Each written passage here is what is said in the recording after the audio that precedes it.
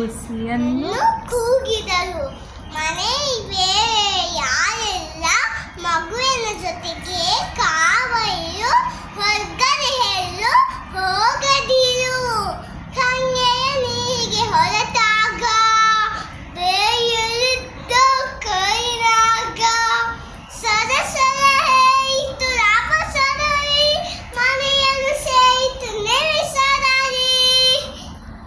ಮುಂಗುಸಿ ನೋಡಿತು ಹಾವನ್ನು ತೊಟ್ಟಿಯ ಬೈಗೆ ಬರುವುದನು. ಕಾಳಗ ನಡೆಯಿತು ರೋಷದಲ್ಲಿ ಸೋಸಿತು ಹಾವು ಜಗಳದಲ್ಲಿ.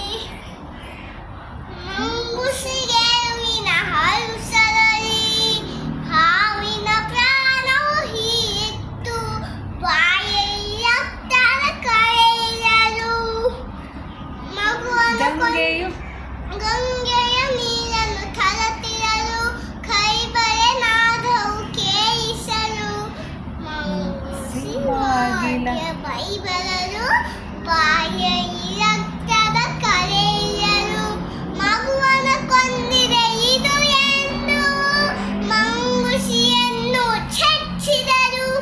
ಅಳುತ್ತಾ ಒಳಗೆ ಓಡಿದರು.